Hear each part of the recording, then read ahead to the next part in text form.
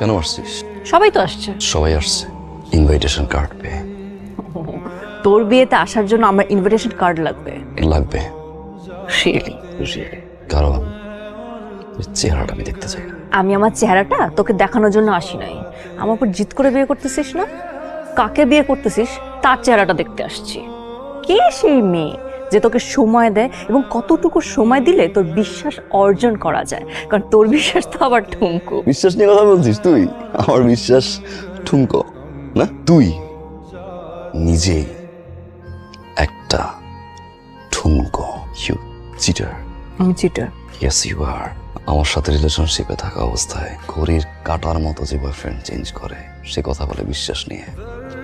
আমার বিয়ে দেখতে আসছিস না? দেখবি তুই।